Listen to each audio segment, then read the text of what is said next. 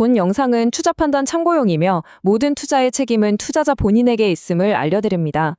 특정 종목 매수 혹은 매도 추천이 아님을 분명히 밝힙니다. 자, 주식으로 세상을 이해하기에 오신 걸 환영합니다. 오늘 정말 재미있는 보고서 하나를 가져왔습니다. 모두가 AI, 반도체만 외칠 때 신영증권에서 지금은 건설주를 사야 할 때라는 어떻게 보면 좀 엉뚱한 주장을 들고 나왔거든요. 이게 과연 시장의 허를 찌르는 통찰일지 아니면 그냥 희망사항일지 제 20년 경력의 눈으로 그 행간의 의미까지 한번 날카롭게 파헤쳐보겠습니다. 바로 이 문장입니다. 건설, 사야 할 때입니다. 아주 단호하죠. 보통 증권사 리포트들이 얼마나 말을 아끼는지 생각해보면 이건 거의 선언이나 다름없습니다. 도대체 이런 자신감은 어디서 나오는 걸까요? 오늘 우리는 이 보고서의 논리를 하나씩 해보면서 이 주장이 정말 탄탄한 데이터에 기반한 건지 아니면 그냥 듣기 좋은 소설인지 한번 철저하게 검증해 보도록 하죠. 오늘 우리가 이 보고서를 해보해볼 순서입니다. 먼저 이 대담한 주장의 핵심이 뭔지, 그리고 왜 갑자기 건설업을 AI의 배관공이라는 새로운 이름으로 부르는지 그 속사정을 알아볼 거고요. 그 다음엔 제일 중요하죠. 실제 숫자를 보면서 이 이야기가 현실성이 있는지 따져볼 겁니다. 마지막으로 제 경험을 녹여낸 실전 전략을 좀 공유해드린 다음에 최종 평결을 내려보겠습니다. 자, 그럼 바로 시작하죠. 첫 번째 순서입니다. 모든 투자의 시작은 그 스토리를 이해하는 데서 출발하죠. 일단 골치 아픈 숫자는 잠시 접어두고 신영증권이 대체 어떤 큰 그림을 그리고 있는지, 그들의 핵심 주장이 뭔지부터 명확하게 이해하고 넘어가겠습니다. 보고서는 건설업을 물리적 문제 해결사라는 아주 근사한 이름으로 다시 정의합니다. 이게 무슨 뜻이냐면 건설업을 그냥 낡은 국영재 산업으로 보지 말고 새로운 기술 혁명을 가능하게 하는 핵심 조력자로 보자는 거죠. 생각해보세요. AI가 아무리 똑똑해도 결국 전기를 먹고 자라잖아요. 그 밥줄인 데이터 센터, 발전소 이런 걸 누가 짓겠어요? 바로 건설업이라는 겁니다. 그 물리적인 병목 현상을 해결해줄 유일한 산업이라는 거죠. 이 문장이 보고서의 핵심을 딱 보여주네요. 기술은 혁명을 시작하지만 인프라가 혁명을 완성한다. 정말 와닿는 말입니다. 옛날 산업혁명 때 증기기관이라는 엄청난 기술이 나왔지만 그걸 전국 방방곡곡으로 실어 나른 건 결국 철도와 항구였거든요. 지금 AI라는 슈퍼카가 나왔는데 아직 도로가 제대로 안 깔린 셈이죠. 그 고속도로, 즉 데이터 센터와 전력망을 깔아주는 역할을 건설업이 맡게 될 거라는 이야기입니다. 꽤나 그럴듯하게 들리죠? 자, 여기서부터가 중요합니다. 우리는 질문을 던져야 해요. 과연 이 주장이 건설업의 가치를 근본적으로 바꿔놓을 새로운 패러다임의 시작일까요? 아니면 그저 낡은 산업에 AI라는 향수만 살짝 뿌려서 시장에 관심을 끌려는 똑똑한 마케팅, 즉 리브랜딩에 불과한 걸까요? 지금부터 이 질문에 대한 답을 함께 찾아가 보겠습니다. 두 번째 섹션입니다. 그럼 그 향수의 정체가 뭔지, 보고서가 이 거대한 이론을 어떻게 지금 가장 뜨거운 AI 붐과 연결시키는지 그 논리를 한번 자세히 따라가 보죠. AI의 배관공이라는 새로운 이야기가 어떻게 만들어지는지 말입니다. 보고서의 논리는 이렇습니다. 자, 흐름을 보세요. 첫째, AI 때문에 전기가 어마어마하게 필요해진다. 그래서 데이터 센터랑 발전소 수요가 폭발한다. 둘째, 이런 시설을 지을 수 있는 건 오직 건설업뿐이다. 여기까지는 당연한 얘기죠. 근데 여기서 한국 기업들의 실현 확률, 즉 어떻게든 기한 내에 프로젝트를 끝내고 마는 그 뚝심을 강조합니다. 그리고 이 모든 걸 합쳐서 과거 2000년대 중국 특수 때 원자재 시장이 그랬던 것처럼 거대한 슈퍼사이클이 올 수 있다는 주장으로 연결하죠. 이야기는 정말 매력적이네요. 자, 이제 가장 재미없지만 가장 중요한 시간입니다. 바로 숫자를 봐야죠. 이야기가 아무리 멋져도 숫자가 받쳐주지 않으면 그냥 소설에 불과하거든요. 자동차 살 때 타이어 걷어차 보듯이 이 주장이 얼마나 단단한지 한번 제대로 확인해 보겠습니다. 모든 투자자가 스스로에게 던져야 할 질문이죠.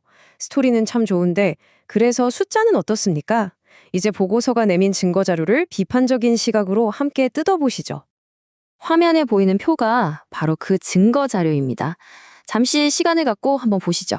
2024년, 2025년은 일부 기업들이 좀 힘들어 보입니다. 적자도 보이고요. 그런데 2026년부터 분위기가 확 달라집니다. 특히 현대건설이나 GS건설 영업이익이 플러스로 돌아설 거라는 예측 보이시죠? 다만 절대 잊으면 안 됩니다.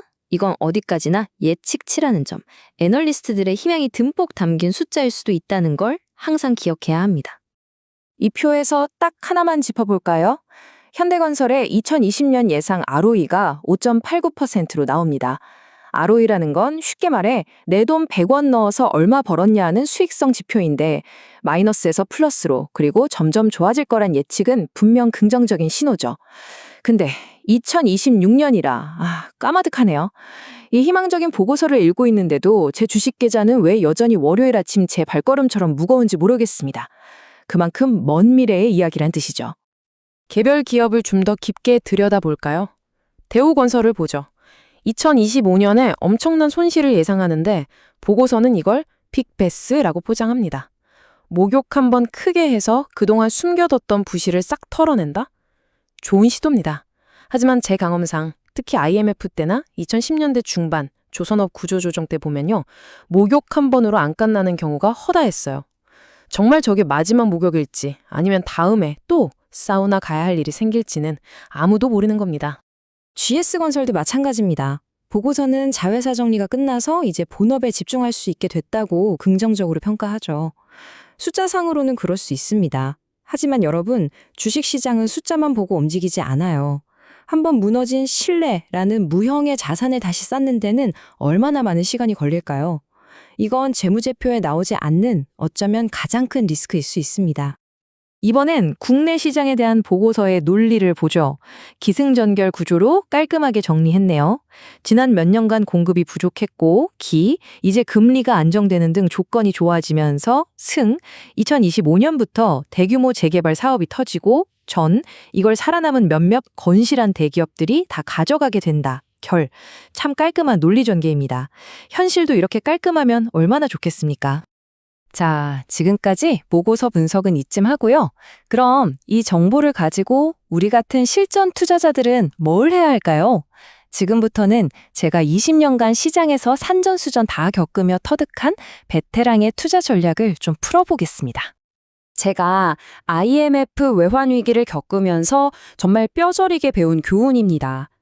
시장이 좋을 땐 다들 장밋빛 미래만 얘기하지만 위기가 오면 결국 빚 없고 현금 많은 튼튼한 재무 구조를 가진 기업만 살아남아요. 보고서의 희망적인 전망, 화려한 헤드라인보다 중요한 건 결국 그 기업의 금고가 튼튼하냐, 즉 대차대조표입니다. 이건 투자의 제일 원칙이에요. 그래서 제 실전 전략을 정리하자면 이렇습니다. 첫째, 공시를 직접 하세요. 말로만 AI 수혜주가 아니라 진짜 데이터 센터나 플랜트 계약서에 도장 찍었는지 숫자로 확인해야 합니다. 둘째, 재무제표, 특히 부채 비율과 현금 흐름을 보세요. 목욕은 했는데 빚만 늘었으면 아무 소용없죠. 셋째, 계란을 한 바구니에 담지 마세요. 주택 잘하는 회사, 플랜트 잘하는 회사 섞어서 담아야 안전합니다. 넷째, 손절 라인. 이거 없이 들어가는 건 안전벨트 없이 운전하는 거랑 똑같아요. 마지막으로 인내심. 2026년 보고 투자하는 거니까 내일 당장 오를 거라고 기대하면 실망만 커집니다. 자, 이제 모든 분석을 종합해서 최종 결론을 내릴 시간입니다. 신영증권의 대담한 주장에 대해 우리는 과연 매수 버튼을 눌러야 할까요? 아니면 아직은 때가 아니라고 판단해야 할까요? 제 평결은 이겁니다. 먼저 긍정적인 측면, 찬성 이유는 AI 성장과 인프라 수요를 연결한 아이디어 자체가 정말 강력하고 논리적이라는 점입니다. 또 어려운 시기를 거치며 기업들이 군사를 빼고 더 강해졌을 가능성도 충분히 있죠. 하지만 반대 이유도 명확합니다. 이 모든 이야기가 2년이나 남은 2026년의 예측에 기반하고 있다는 점. 이게 가장 큰 리스크입니다. 세상 일이 예측대로만 되면 누가 돈을 잃겠습니까? 금리가 갑자기 뛸 수도 있고 예상치 못한 변수가 터질 수도 있죠. 이런 리스크가 충분히 반영되지 않았다는 게 제 판단입니다. 결국 질문은 이것으로 귀결됩니다. 건설업이 모두가 외면할 때 잡아야 할 AI 시대 최고의 역발상 투자 기회일까요? 아니면 싸 보이지만 실제로는 더 큰 위험을 품고 있는 가치 함정일까요? 이 고민의 깊이가 여러분 계좌의 수익률을 결정할 겁니다. 오늘 신영증권의 보고서를 통해 건설업의 새로운 가능성을 탐색해봤습니다. 결국 시장은 예측의 영역이 아니라 대응의 영역이라는 걸 다시 한번 느끼네요. 여러분의 생각은 어떠신가요? 댓글을 통해 여러분의 날카로운 분석을 공유해 주시면 저도 배우는 마음으로 열심히 읽어보겠습니다. 오늘 내용이 도움이 되셨다면 구독과 좋아요, 알림 설정도 잊지 마시고요. 최신 시황 분석을 놓치지 않도록 도와드릴 겁니다. 이상 주식으로 세상을 이해하기였습니다. 감사합니다.